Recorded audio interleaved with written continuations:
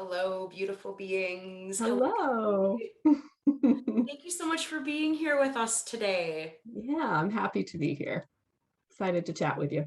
It's Jen with the Bold Thing, and we're here for an episode of Coaching Misunderstood with a guest. And right off the bat, just in case I'm throwing any of you off, if you're like on YouTube and you're like, wait a minute, Jen, your solo episode did not go out last week, and I didn't see that. Y'all, if you didn't know, this is a series that I was doing solo for a while before I started bringing in guests. And so I'm starting to go backward now and look at all the amazing topics that I covered alone. And now I'm starting to bring guests in to kind of catch up. So if anyone wants to hear, anything that happened in the solo one as a connection to this one, if you just go under the Coaching Misunderstood solo tab wherever you are, you'll find it there, and then you can hear that too. But I've got Kelly Howard here with me today. And we're going to be talking about grief. And as you'll hear when I read Kelly's bio, why I chose her for this. But I did a solo episode about how coaching is a tool to navigate grief. I mean, whatever we want to say, right? We could say navigate grief in a healthy way, a functional way, move Mhm. through grief. We could call it a lot of things, but we're here to talk Mhm. about grief. Yes. And we're here to talk about how coaching can actually be a tool for that. And if you all are new to these series, this is just something fun that I wanted to do because a lot of people aren't clear on what the heck we would use coaching for. A lot of you see a lot of the same stuff. And a lot of you are enjoying these videos to be like, whoa, you can do that with coaching? You can pretty much do anything. So it's endless, but we're here to talk about that. So just to kind of give you an idea of who this amazing being that I am with, Kelly Howard of Howard Healing Arts. It's become Kelly's life's passion to hold space for individuals along their personal grief walking path. By the way, I love the term grief walking. I hadn't heard that till you said it. Yeah. Yeah. Love that. She believes each of us holds the keys to our personal healing and stabilizing resources and works to create sacred spaces for clients to redefine their lives after loss, empowering them to create and grow resiliency and joyful expression with a deepened appreciation for the beauty of spirit. Mhm. That's That's beautiful. me. And whatever platform you are watching this on, right below all of that with Kelly's bio, I'm going to have links to how you can contact her. Or if you just want to walk with her on her journey, follow what she's doing. I do that plenty. I just kind of stalk people for a while and see what they're about. So it's really great to have you here, Kelly. Yeah, thank you. Kelly and I were talking, like I do with all my guests before we hit record. And so we'll be bringing some of that stuff in, but the rest we're going to flow, y'all. We're not scripted. We're just going to really kind of flow together and see what's in our heart and trust that whatever comes out of our mouth, it's what needs to be put into the space today. And we know if we did the same Love that. conversation another month, it'd probably be completely different. So Totally. we're just going to share what Yes. we're going to channel today. So Kelly, this is your steez. This is what you do. You Mm-hmm. you support people to walk through grief I regularly. do. I do. Yeah. And it's a truly wonderful and beautiful thing. I feel as though it is my dharma. I feel that very strongly. It's something that I likely fought against for, many years. And then just through my own grief walking experience and my own kind of gathering of all of these different tools and resources, realized that, okay, like I have fought this for long enough and I've made this way more difficult on myself than I have needed to. So let me just own it and walk into this space and really start to work with individuals that are looking for a safe container to be able to learn how to redefine their lives after a form of loss. And, a lot of people think about grief in terms of losing of a life of a loved one, which absolutely totally valid. And that is what motivated me to get into this work after a couple of familial losses and then the loss of my husband. And there are so many different varying experiences that are grief related that I feel as though, not I feel as though, that I have seen really be able to be supported through the act of coaching that aren't necessarily the loss of a life, like the loss of a job, the loss of a relationship, friendship, even a shift or change in a certain period of life. Like I've worked with moms that then have their children going off to college and they're shifting and changing and moving into a whole new phase of life. And so grieving that mothering or that version of their mothering selves. So I'm babbling a lot, just to say.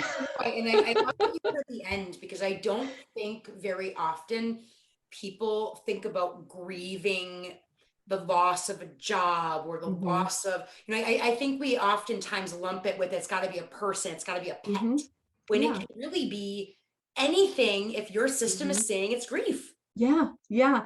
And what's really interesting is what I have found in my own experience and through working with clients also, and having these kinds of conversations, is that oftentimes we are not necessarily educated enough in our own body and our emotional body and physical body to be able to pinpoint and recognize the experience of grief. Because often, I mean, so we'll use a job for an example, right? Like if you've received a promotion, that's a wonderful, beautiful, celebratory thing. And there can also be layers of grief in that, oh, well, wait, I'm losing a little bit of my free time, or I'm losing a little bit of connection with this old team that I'm no longer going to be able to work with. So it really is about the both and recognizing that, in almost all experiences that have some form of loss, there is also some form of grief. And there are going to be varying levels and expressions of that, just dependent upon the loss and the person and their own resources and tool set. But just like in these conversations and in this work, I feel really excited and lit up to be able to create a container for individuals to become a little bit more well-versed in what is happening in their emotional and spiritual body, so that they can then move forward and transmute and alchemize it in a really positive, beautiful, and joyful way. Yeah, I was actually, when I was reading your bio, like I have been able to, grief is one of those things where I think sometimes we can be so connected to the pain that Yeah. we miss that there's also this, the word sacred is coming to mind. There's Mhm. a Yes. beauty, like Yes. there's a stillness that almost reminds me of like anyone who's never been anywhere really north, you won't get this, but my Mhm. northern peeps, you'll get when I see the din of snow. Like there's Mhm. this stillness, and it's sacred and it's Mhm. beautiful. Mhm. And when you really open it up and go there, Yeah. you start to grieve for everything you never grieved for. Yeah. Yeah. Yeah. One of my teachers, his name is Francis Weller, and he's written several books, and he talked very much about that aspect, about the sacred nature of grief. And there are so many times that just in my own experience, I remember specifically, this is coming to mind, sitting on the porch after the loss of my husband. And I was just, I was having a day. I was just in the thick of it and feeling all of the feels and needed to just get out of my house, even if it was only sitting on the porch. I needed a little bit of additional space. And I was sitting there and just really crying and feeling in it. And then right next to me on the little, next to the steps are curls of morning glories, and there was dew like stuck in one of the blooms of this morning glory, and the way that the sun was reflecting through that little bead of water droplet on this petal that had just opened in the sunlight. And I was then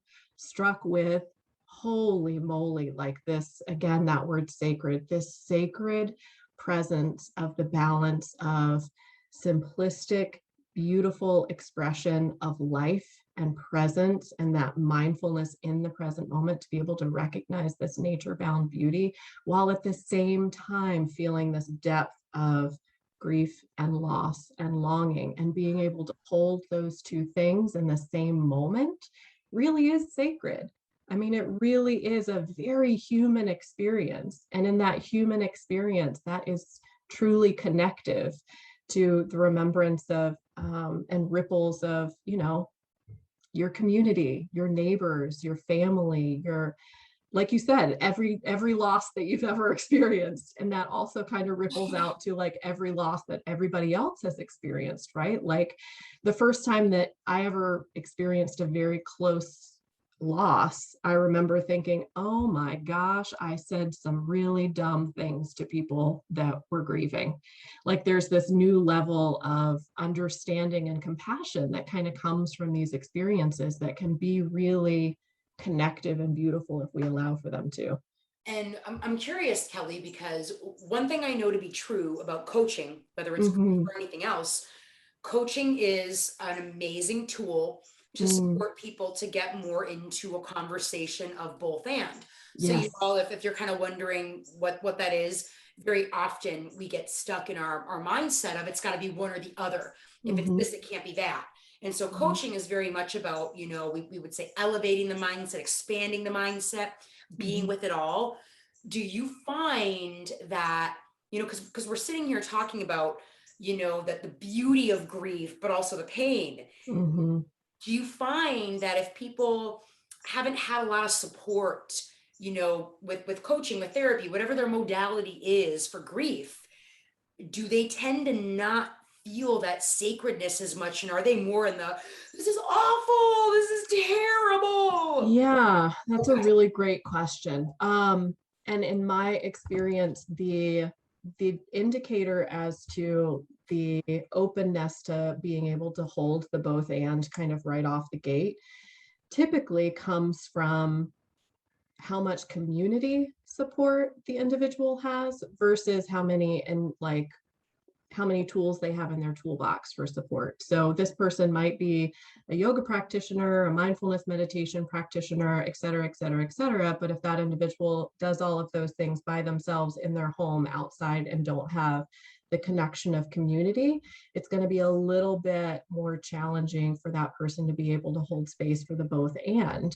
it really is about the community connection.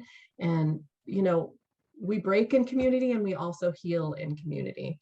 And so to have some version of lived experience in that, whether it be, you know, like holding space for a friend who has gone through a divorce or a breakup or job loss or whatever, like that experiential space holding, I think creates a little bit more opportunity for later understanding and being able to navigate the both and in their own lived experience. Okay, that makes sense. And so, you know, listeners, watchers, viewers, awesomes. If you're listening, you know, and you know someone grieving, if you yourself are wanting more tools and you're hearing this and you're like, well, dang, I'm not very good at community. Cool thing. I was just thinking when you said that, Kelly, I'm pretty sure the last coaching misunderstood that I just shared, my solo and my guest, I think it was about how coaching is a tool to create community. So Perfect. what this is, my guess is what you're also doing if that person you're working with, Mhm, maybe they just got blocks, right? Maybe they mhm, don't know how to create community. Maybe they're scared to reach out. Maybe they have a story they're going to bother people. My guess is you also use coaching in the mhm. container to support them to create that community that they need. Yeah, a 100% and absolutely. Yes. And that's another yes. And usually like the way in for me with my clients is typically somatic work. And so like Mhm. really kind of exploring what's happening in the body and where those stories live in the body to be able to then start working with and transmuting them, alchemizing them, and allowing that those stories to kind of fall away and open up more pathways to explore some of that community building. But the first is like to really drop into the body and figure out what's happening physically in their energetic, emotional, spiritual bodies, and then use that information to be able to support self so that then you can better walk into fostering more community connections. Oh, I love that. I mean, Yeah. everyone watching knows that's what I preach to. Yeah. That the breath and the body, I think, have Hmm. so many tells that we don't even stop to check in. We always Yeah. go straight for this thing. It's like, Hmm. well, this stuff up here got created here. Right. So why Right. don't we trace it back Exactly. to the origin? Yeah, exactly. That's often something that I do explore with clients. I'm like, okay, so we're here. Yeah, Let's drop down and down into the heart space. So it's, working with and figuring out ways that are integral to an individual client to be able to create pathways for them to be able to do that for themselves on their own. I love that. And Yeah. so, as I shared with you before we recorded, and as I shared with all of you in my solo episode months before, sorry to mess up the flow, y'all. You know, my perfectionist overachieving parts are like, dang, I don't like that, but here we are. But why I wanted to speak to this is I I never had what I would say a functional, healthy way of grieving. Hmm. A lot of my major grief started in my life was I got very, very close. I was a monogamist in high school, very serious relationships, dated like one person all through high school. And I learned at an early age that my relationship to grief was not a good one. Um, Mm. I couldn't get out of bed. I couldn't Mhm. eat. I couldn't go to school. I isolated. Mhm. I cried and cried and didn't know how to get out of it. And so Mhm. I learned how to get to anger, but Mm. that felt better than sadness because at least I Yeah. wasn't a bump on a log, but Yeah. couldn't get out of anger. And Yeah. so um, my one of my coaches, I had transitioned to pet. I don't have kids. My fur babies are my kids. Mhm. And this was another pet that I transitioned back in 2014. And I had a coach at the time. And I remember it being a dramatically different experience. So you all listening, what you may or may not know is many coaches aren't just your person for a session. If you're in a package for many coaches, you have access to them. They're not going Mhm. to leave you high and dry if there's a shitstorm in the middle of sessions, right? And Mhm. so my coach, he found out. I didn't tell him I was on the coaching team, and he found out and he hunted me down. He's like, "Why didn't you call me? Why didn't you let me know?" And he was on the phone with me on a Saturday for hours. And Oh. I remember thinking, "But you're spending too much time on me. I didn't pay Mm. you for this." And he was like, "Will you stop it? You're Mhm. going through trauma right now. This is part of what we do. You Mhm. need me." Mhm. And he was with me through it. He checked in on me every day. And he was like, "Do you want to have a breakthrough in how you grieve?" Mm. And I was like, "What? There's a better way?" And so I used it as an opportunity to create a new relationship to grieving. Mhm. Mhm. And how it looked was I had days where I reached out to my clients and I canceled.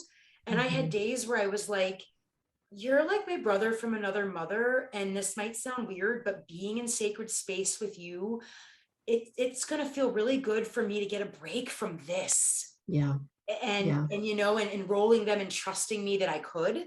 Mhm. And it was really odd because like some days I was like, I'll coach, and then some I didn't. Mhm. And like I met myself where I was at, where Mhm. before it would have been like very hard and fast rules Yeah. on what I Yeah. needed in my process, Mhm. Mhm. and what I needed changed. And so I couldn't Yeah. do that. And Yeah. I was really observing in a new way that Mhm. shit, there ain't no rule book. I'm in a different spot every 5 seconds.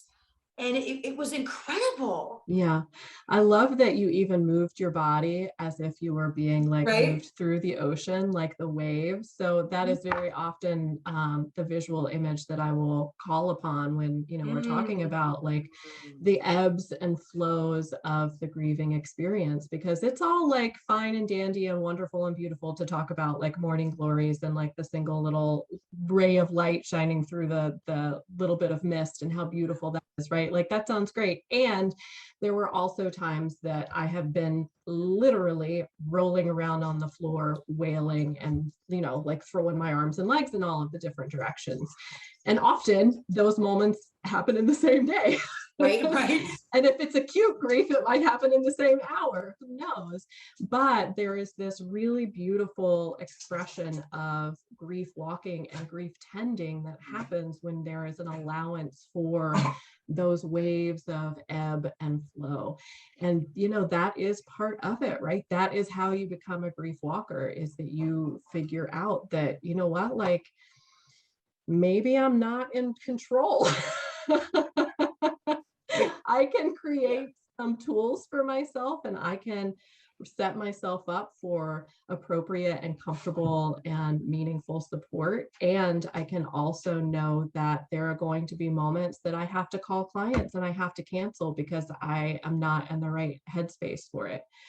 Or the opposite of that, there are going to be days that, like, I need to fill my day from start to finish because I'm feeling productive, and this is co-creative and it feels like energizing and helpful, and I want to utilize this energy in this way. So, part of the work is recognizing and becoming mindful enough in our own processes that we can empower ourselves to make those decisions, and know that those decisions are coming from a place rooted in the heart and rooted in the spirit, and that they are being made for our ultimate well-being and for our ultimate healing.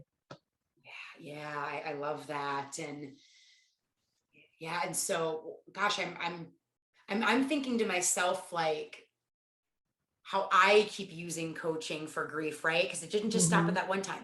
Yeah. I had another time. Funny like that. You all, if you are watching this and you know me for a while, you may remember when little Richard was catnapped. Oh my gosh, what? Yes, and so he just disappeared, right? And he was gone for 10 days.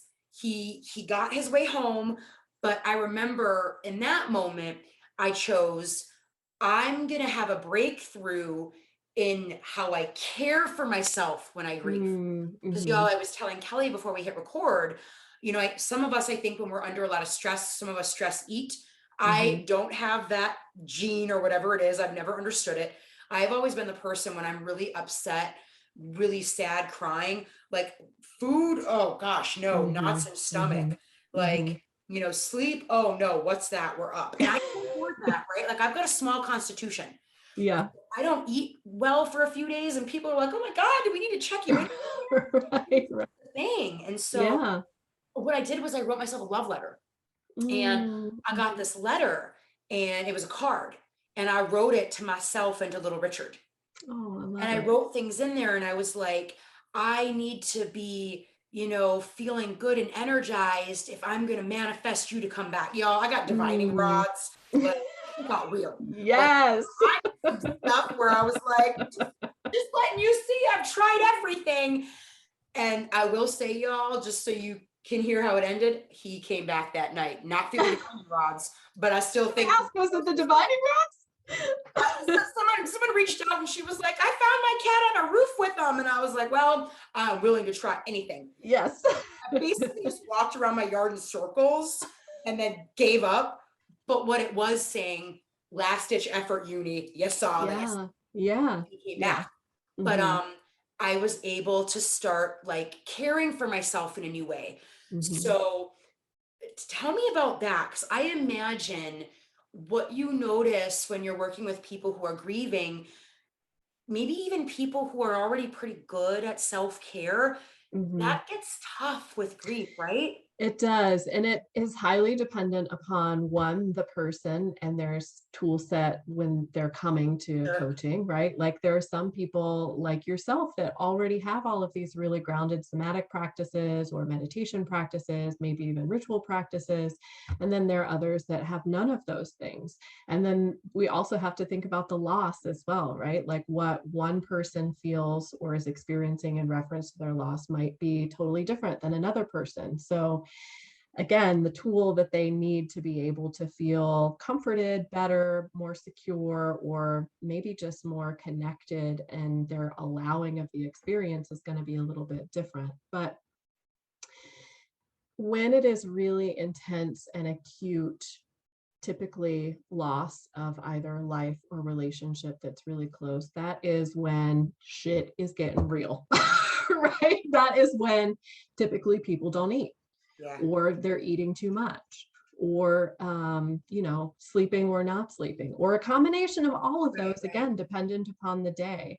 So the way in most of those cases is usually mindfulness practices, or has been in my coaching practices, is really kind of finding, even if it's just a minute Yeah. or 5 minutes throughout that really tumultuous, intense grief, that you can take a breath and realize and feel the breath. Again, tapping into the body and recognizing what might be happening in the body. And then from there, making a conscious and embodied decision about what is going to serve you best in that one moment, even if it is just a moment or minute, and in that minute, you're like, oh my gosh, I'm thirsty. I haven't had anything to drink all day. Or in that moment, holy shit, I am so exhausted. I am so tired. I can't even breathe. Lay down, take a nap. There are no medals given out to the best grievers. Right, right, right. Like, there are no winners in grief. You'll get a gold star if you don't cry and continue to go to work every day. You Right. don't win. So do what you can for yourself when you can for yourself. I would say that is the only win that there is, especially in that really intense acute phase of grief, is if you can just do, even if it's one thing, because they're cumulative, right? You can, maybe one day it's 5 minutes that you're able to check in, but maybe the next day it's a couple segments of 5 minutes through the day. And those continue to work cumulatively so that you can build that tool set or remember what you've got in your toolbox.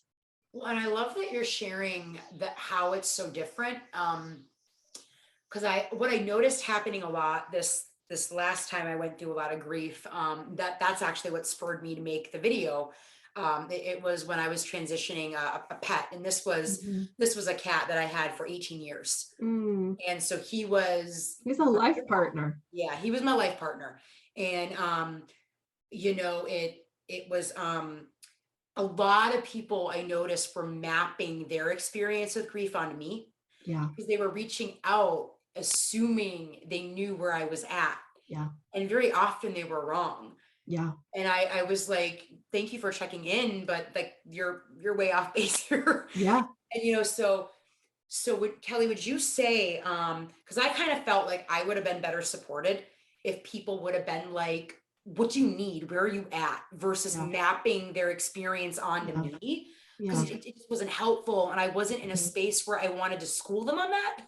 Yeah, You know, yeah.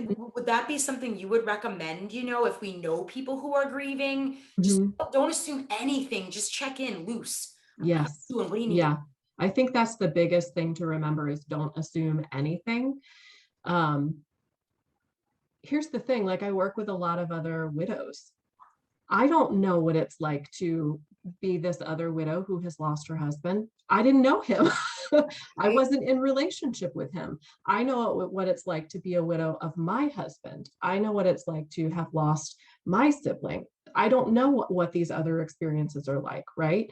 I can be compassionate to the feelings of grief and loss and that kind of tumultuous, ungrounding energy, and from that space be able to, again, with kindness and compassion, express a question very much like you posed, like, what will best serve you in terms of support right now? And sometimes, and as a support person, we also have to be prepared to hear, I don't know, because sometimes when you are in that depths of grief, like, you don't know, like, everything sucks. Yeah, It absolutely. hurts. I don't know. There's nothing that you can do that's going to make that feel better, right? So there are different, and again, it's dependent upon, like, your relationship as a support person to the griever.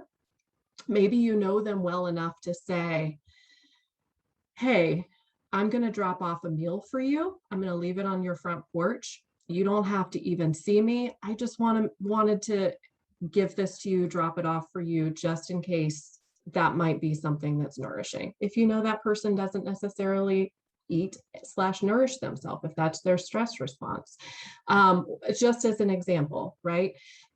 But oftentimes, just preparing ourselves to support people to hear, I don't know, And then maybe have like a backup as a, okay, well, I would really love to mow your lawn for you.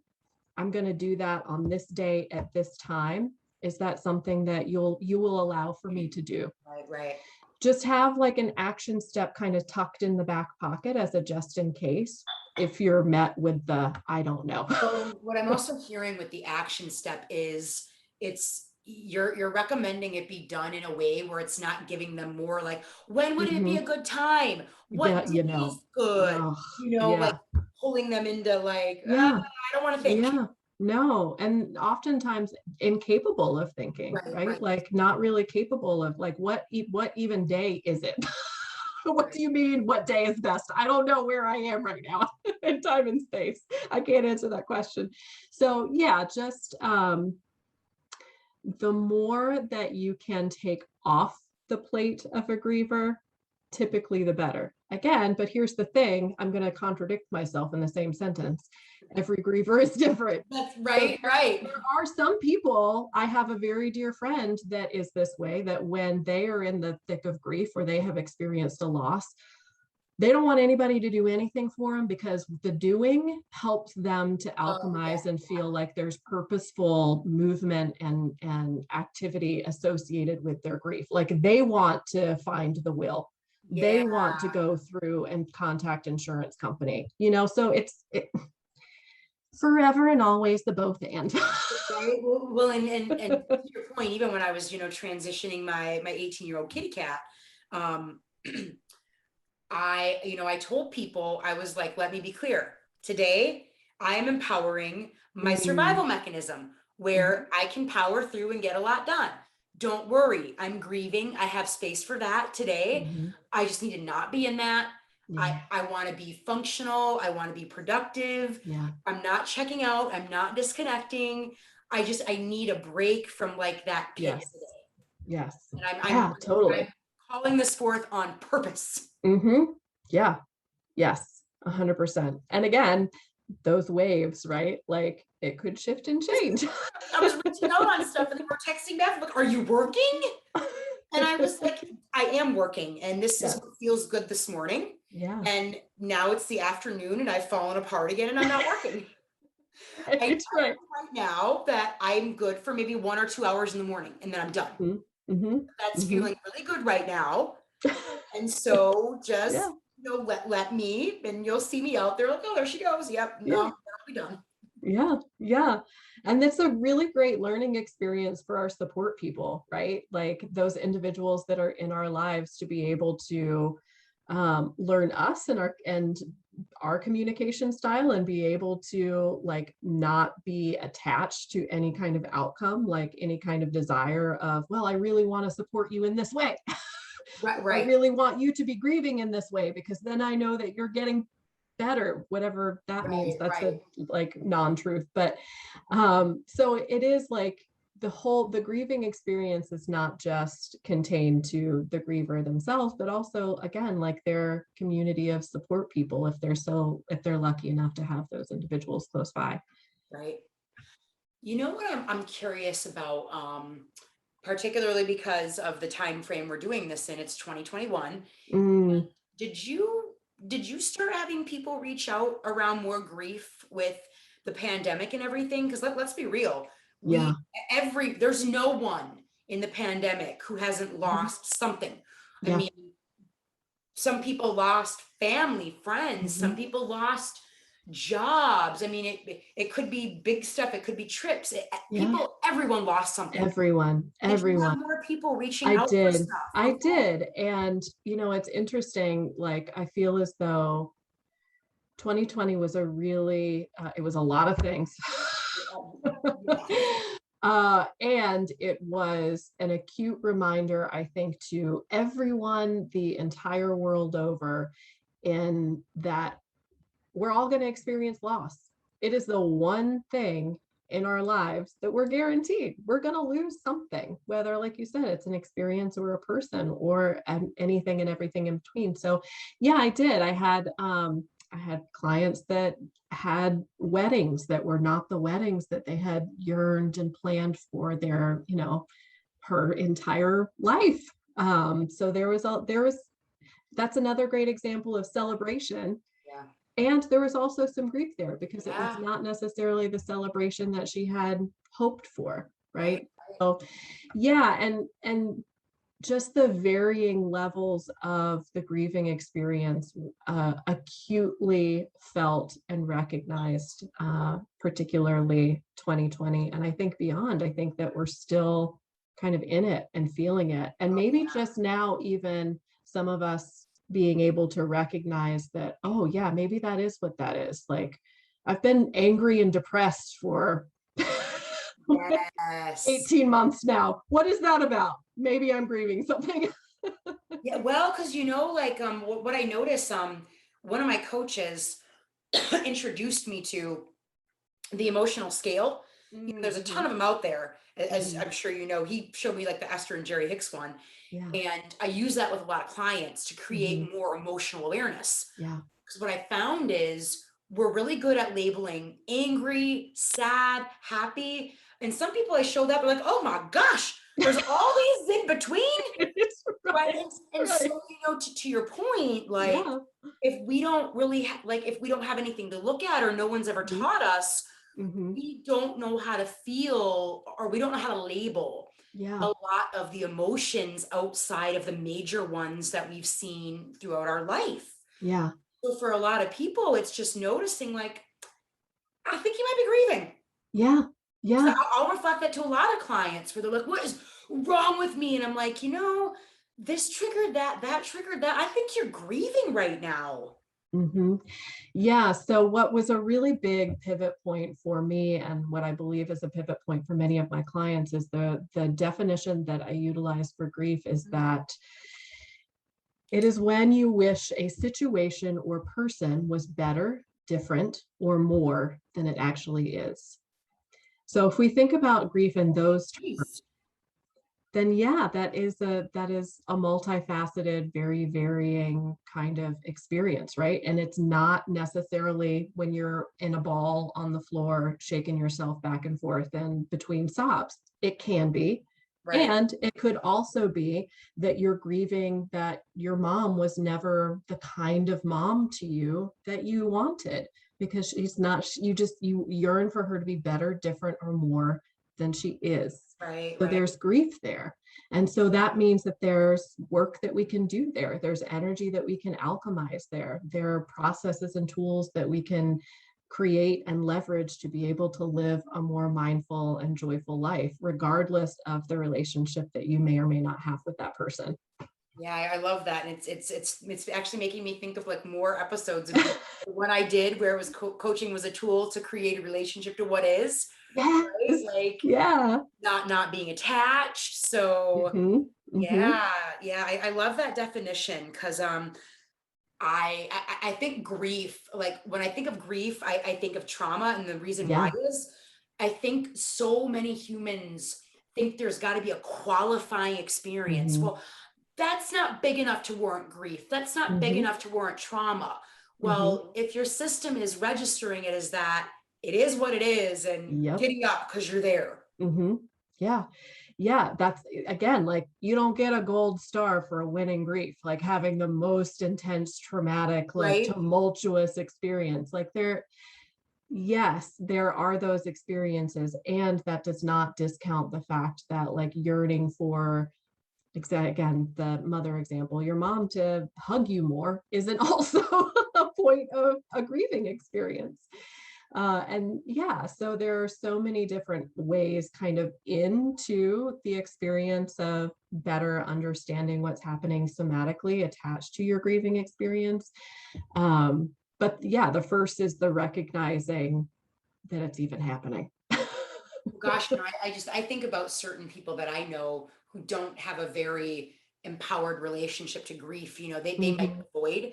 And I just mhm, think about, gosh, if they don't get any support with this, what are they going to do when they start losing parents or like, mhm, mhm, fortunately, the people I think of, like, they haven't lost anyone or anything super, super, super close. mhm. But I think about, like, oh my gosh, like, what's going to happen when they do? Like, there's no Yeah. they've had no practice round. There's no Mhm, like, which is why I start with like all the things going on now and Yeah. get coaching around all the grief, Mhm. because I want to be, and I say prepared loosely because I am not under the impression that everything like, oh, I'm prepared for this, I'm in train, I'm good. Like, Right. oh, oh, I'm good. Right. But Right. at least Right. I'm gonna have something Yeah. to for, right? Something like, I know I need to call this person. I know I need Mhm. to do this. Like, I'm not gonna be so flailing. Mhm. Yeah. Yeah. And that's a really, I mean, that's a beautiful opportunity to, or that's a beautiful skill set to kind of have in the wings, right? But as you mentioned, like there are many people in the world that don't necessarily have that because societally, like we're lucky enough to be in the wellness industry, right? Right. Like we're very lucky in our community of individuals and who we interact with and move with and communicate with. It's almost like confirmation bias to me, like, oh, everybody's doing their work. Yeah. But then like you get out into the world, you're like, oh wait, no, that's not true. Hold on. Because societally, we're still, I think that 2020 again was the opportunity for a little bit of a pivot point in this, but not but and um still we are working with recognizing and allowing for the grief experience to exist and for it not to mean anything other than it exists. You know, it doesn't mean that you are weak or less than, or you're not able to manage your emotions, or you are, you know, you've got a man or woman up, or just like Right. keep busy, keep going, which is very much like what I know that's what I was taught as a kid for, you Yeah. know, better or Yeah. worse. Like my parents did absolutely the best that they could. And that familially, this is what we've been taught, right? Like you just get up, you keep going, you work hard, you keep your nose down, and you just the next thing and the next thing and the next thing. Yeah. Well, that's Right. great until we get to a place where societally we have a huge population of people that are anxious and depressed and unhappy and don't know why, because we haven't been given the opportunity to like use that emotional scale, understand the emotional scale, and be able to move with our emotions in a way that allows us to be a fully actualized healthy person. So I think that we are in a really unique segment of time where we have the opportunity to have these kinds of conversations because all of us have lost something. So we automatically have like some contextual relation to the conversation of loss. And from that point, we can talk about like the allowance of it and what that actually means and what alchemizing an emotion means and moving with the grief means, so that we can, as a population, this is my hope anyway, that Yeah. as a population, we can move forward and be a more grounded and emotionally aware, compassionate community, population, world. Fingers crossed. I have small goals, Jen. No big deal. No, I see the same. I mean, gosh, I mean, it's even just seeing Nike gave all their people off a week for mental health, you know, like we're starting to move there. Yes. And Yeah. this has been beautiful. And